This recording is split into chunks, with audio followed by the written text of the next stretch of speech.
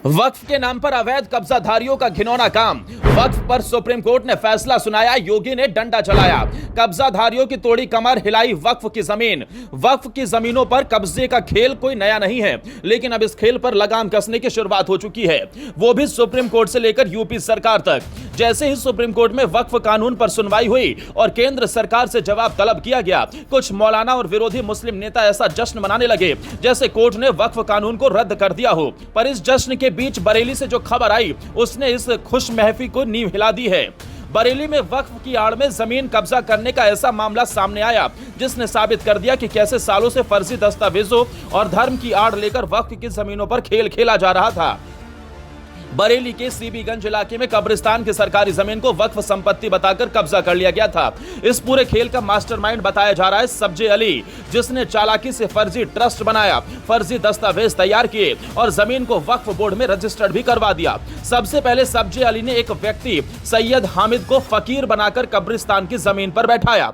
यहाँ झाड़ फूक और टोना टोटका का धंधा शुरू हुआ। जो आमदनी होती उसका हिस्सा सीधे सब्जे अली तक पहुंचता। जब हामिद की मौत हुई तो उसी जमीन पर मजार बना दी गई। मकसद साफ था, कब्जे को वैध दिखाना और लोगों की भावनाओं को साधकर कब्जा बनाए रखना। लेकिन मामला यही नहीं रुका। पुलिस की जांच में सामने आया कि यह जमीन असल में कब्रिस्तान के नाम पर थी, लेकिन सरकारी रिकॉर्ड में इसे ग्राम समाज की जमीन बताया गया। सब्जी अली ने फर्जी दस्तावेजों के जरिए से वक्फ संपत्ति दिखा दिया और कब्जा जमा लिया। इस पूरे खेल का पर्दाफाश किया पुत्तन शाह नाम के एक मुस्लिम युवक ने। उसने पुलिस में शिकायत की और 2 साल तक कानूनी लड़ाई लड़ी। जांच के बाद कोर्ट ने आदेश दिया कि जमीन को कब्जा मुक्त कराया जाए, पर सब्जी अली ने कोर्ट के आदेश की भी धज्जियां उड़ाई और कब्जा नहीं छोड़ा। अब जब पुलिस ने एक्शन शुरू किया तो सब्जी अली घर में ताला लगाकर फरार हो गया। प्रशासन ने उसकी संपत्ति जब्त करने की प्रक्रिया शुरू कर दी है। इस मामले में अब तक 11 लोगों के खिलाफ मुकदमा दर्ज हो चुका है। धोखाधड़ी, फर्जी कागजात बनाना और मारपीट जैसी धाराएं लगाई गई हैं। पुलिस लगातार छापेमारी कर रही है और साफ कर चुकी है कि अब कोई भी बख्शा नहीं जाएगा।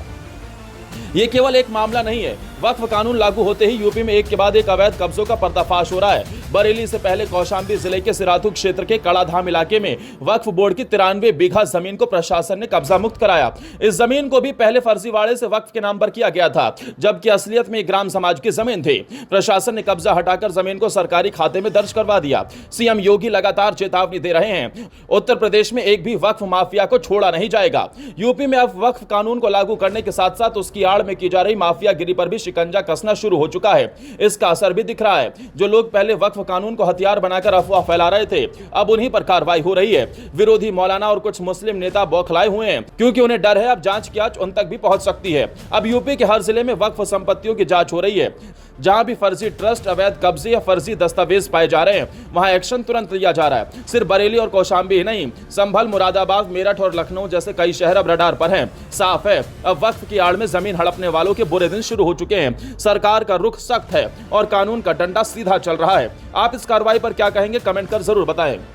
कल दिनांक 16 अप्रैल को थाना सीबीगंज अंतर्गत एक एफआईआर दर्ज की गई है, जिसमें एक व्यक्ति सब्जे अली पुत्र महमूद अली द्वारा कब्रिस्तान की भूमि, जो कि सरकारी ज़मीन के रूप में राजस्व अभिलेखों में दर्ज है, इसको कूट रचित डॉक्यूमेंट्स तैयार कर ज़मीन पर अवैध कब्जा किया गया।